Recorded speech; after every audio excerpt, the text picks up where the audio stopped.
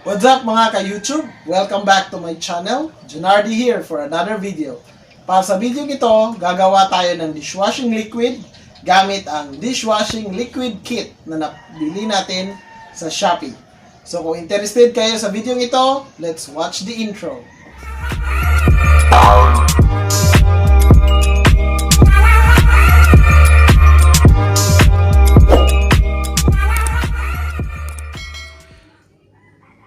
What's up mga ka-YouTube?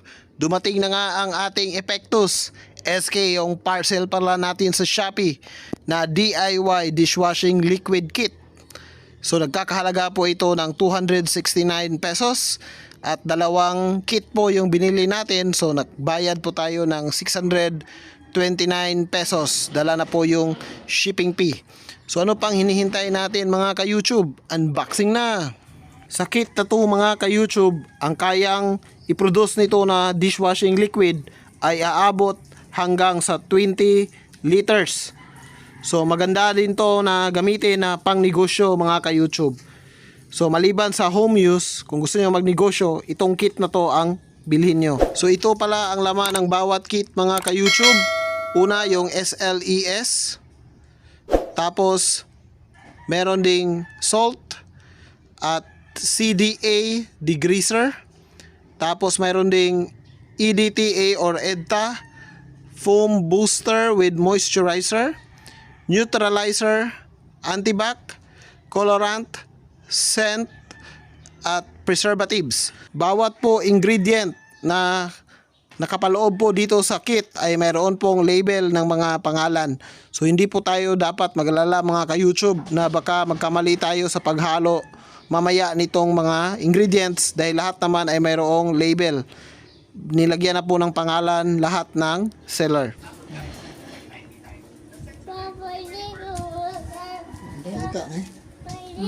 So na-check na natin yung mga ingredients mga ka-YouTube at goods na goods. So it's mixing time. So haluin na natin to mga ka-YouTube para makagawa na tayo ng dishwashing liquid. Bago natin ihalo mga ingredients mga ka-YouTube, mag-ready muna tayo ng 18 liters ng malinis na tubig. Tapos ng isang malaking balde na kasya ang ating mixture at mga panghalo mga ka-YouTube. Ang first step mga ka-YouTube ay basahin muna natin ang instruction na kasama ng ating kit bago tayo maghalo ng mga ingredients. So siguraduhin natin nabasa natin ang tama at naunawaan nating mabuti ang mga instruction. So ang unang step ay ilagay ang SLES at kalahati ng salt. Itabi muna ang natitirang salt at gamitin ito sa last part.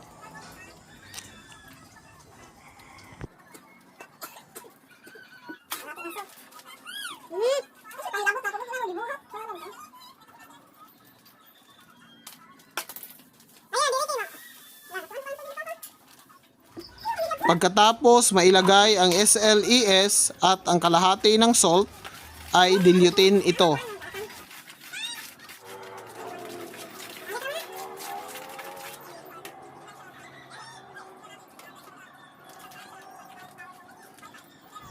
Ilagay ang CDEA degreaser. Make sure na isang direction lang ang paghalo at matunaw ito.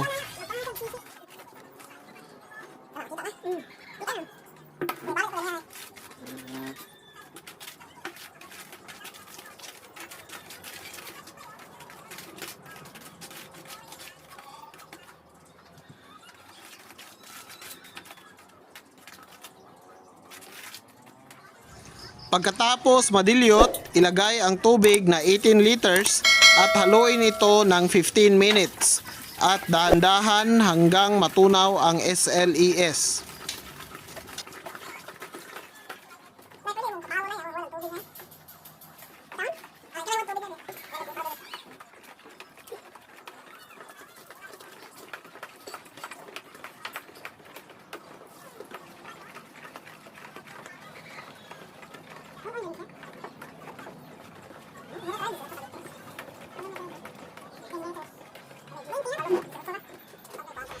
I-mekos ang mixture ng 15 minutes.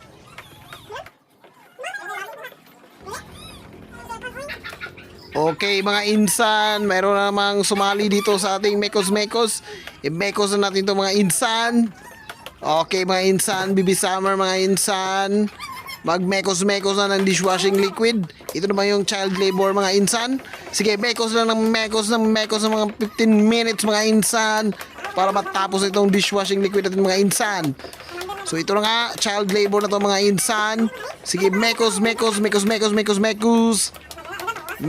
lang tayo mga insan ng 15 minutes hanggang matunaw ang SLES dito sa ating mixture mga insan. So makikita nyo mga insan, nagbababubbles na yung ating mixture. So ganyan talaga yan mga insan, nagbabubbles talaga ang mixture natin.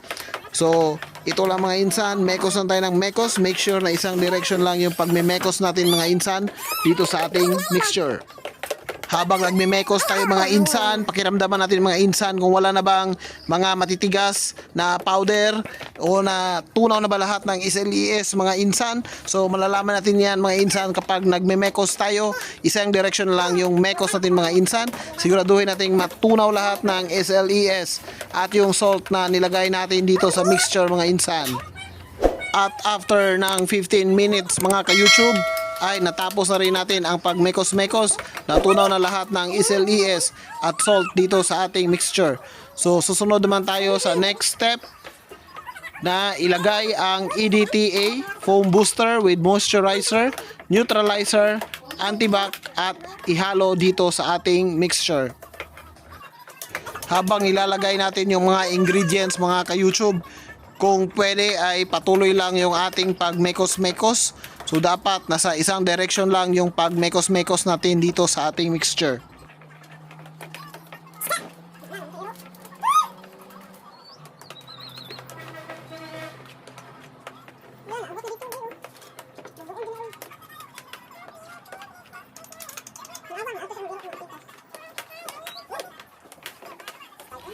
So matapos nating mailagay yung mga ingredients mga ka-YouTube, patuloy pa rin yung ating pagmekos-mekos dito sa ating mixture. Siguraduhin nating mahalo lahat ng mga ingredients na mahalo talagang mabuti mga ka-YouTube. So mekos. So nandito na tayo sa last part mga ka-YouTube. Ilagay na natin ang colorant, ang scent at ang preservatives.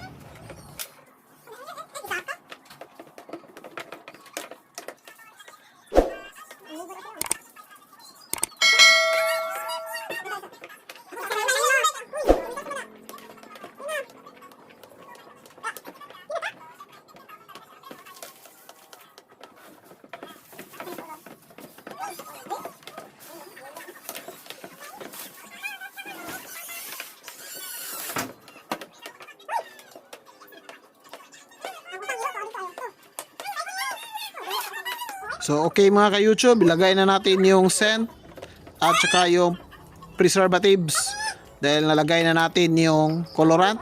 So yung kulay ng ating dishwashing liquid ay naging yellow na dahil yung flavor na pinili natin ay lemon.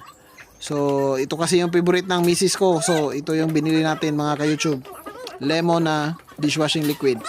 So marami din itong flavor, mayroong green, mayroong pink. So tingnan nyo na lang sa link sa Shopee mga ka-YouTube. Visit nyo na lang yung shop kung saan ko na-order tong dishwashing liquid. Kayo nang bahala pumili kung anong flavor ng dishwashing yung gusto nyong bilhin mga ka-YouTube. I-mekos-mekos lang natin to mga ka-YouTube. Kapag naramdaman na natin na wala na itong maligasgas, pwede na nating ilagay mamaya ang natitirang salt ng paunti-unti ayon sa gusto nating lapot ng ating dishwashing liquid. So kapag ako naman mga ka-YouTube ay nilalagay ko lahat ng salt kasi aanhin ko naman yung sobrang salt dito sa bahay, baka mapagkamalang asin. So nilalagay ko lang lahat mga ka-YouTube kapag ako talaga yung nag-DIY nitong dishwashing liquid para walang matira. Haluin lang ng maigi mga ka-YouTube ang mixture hanggang wala nang matirang salt na matigas sa ating mixture. Pagkatapos na mahalo ng mabuti itong mixture natin mga ka-YouTube, ay kailangan natin itong ipahinga ng 24 hours o isang buong araw para mawala yung mga bula at magsettle na yung ating dishwashing liquid. So takpan muna natin to at ilagay natin sa lugar na hindi mainit, in a cool dry place para mag-settle yung ating dishwashing liquid. So after 24 hours, ito na mga ka-YouTube yung ating DIY dishwashing liquid. So tingnan natin maigi mga ka-YouTube. So ready to use na po ito. So pwede na natin tong isalin sa mga lalagyan. So pwede rin natin tong gamitin pang negosyo mga ka-YouTube. So tried and tested ko na tong mixture na to. Tong shop na to kung saan ko nabili itong kit ng dishwashing liquid. So far, so good naman mga ka-YouTube. So sana may natutunan kayo sa video ito mga ka-YouTube. Until our next video.